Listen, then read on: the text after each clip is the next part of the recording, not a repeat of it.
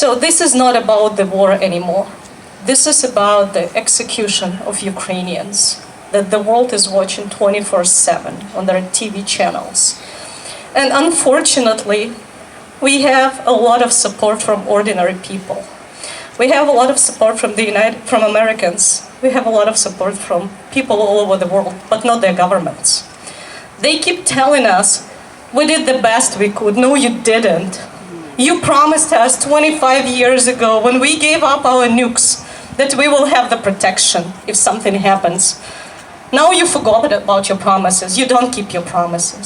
You're telling us you allocated $14 billion to support Ukraine. We don't need the money. We need the jets. We need the arms. And to be honest, out of this 14 billion, only 6 go to Ukraine. The rest go to buy here arms in Poland, arms in EU countries.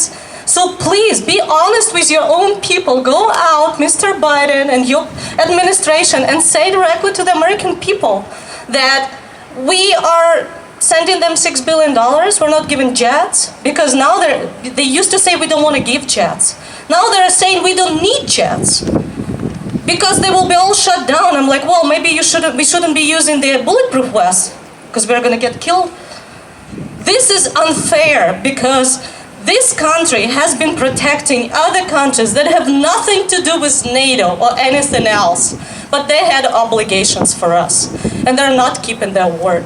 And only the Americans who actually showed the support. When they saw the polls that 74% of Americans understand that we need a no-fly zone or the arms to protect our children, they did the sanctions. Well, sanctions are too late. We've been asking for these sanctions 2 weeks ago, 3 weeks ago. Now it's too late. This crazy cycle has crossed all the red lines. He's killing children, he's killing women, he's destroying the nation in the center of Europe. And everybody is watching it, saying we did the best we could. Well, we are not the last country he invaded. And we will fight till the very last blood. And for us, this is personal, because every day I know people who die there. I'm from Kyiv City. We have the best right there on the front lines, fighting for our freedom. And my advice for the United States and for the rest of the NATO countries, it's better for you to fight in Ukraine than to fight on your own territories, and he will come after you. When you keep saying we're afraid of the World War III, if Putin wants to go into war with you, he will. And he will shoot your children. He doesn't care. He will do it anyways, because he kept telling us if we do not escalate, he's not going to do anything in Ukraine. He lied. The same we see these lies today about we're not shooting civilians, we're shooting some, I don't know, hospitals for veterans or for some Nazis. Well, they're killing our children.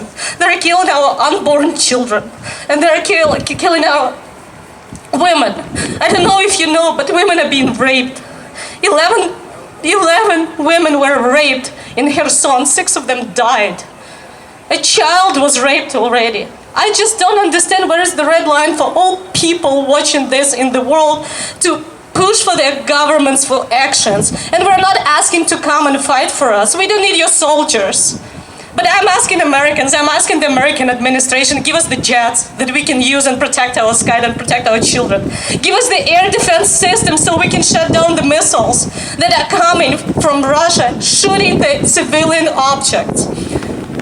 Unfortunately, they had been silent about this. They keep explaining why they cannot do that, but not finding the solutions to do that. So I keep praying every day, and I keep telling everybody that I could not even imagine that every child in Ukraine would know what a no-fly zone is when they're 5 or 6. They might not know some cool words that should they probably be learning, but they know what a no-fly zone is. They know what the javelin is. And they know what they need to be at home. They don't have to be refugees to the rest of their lives.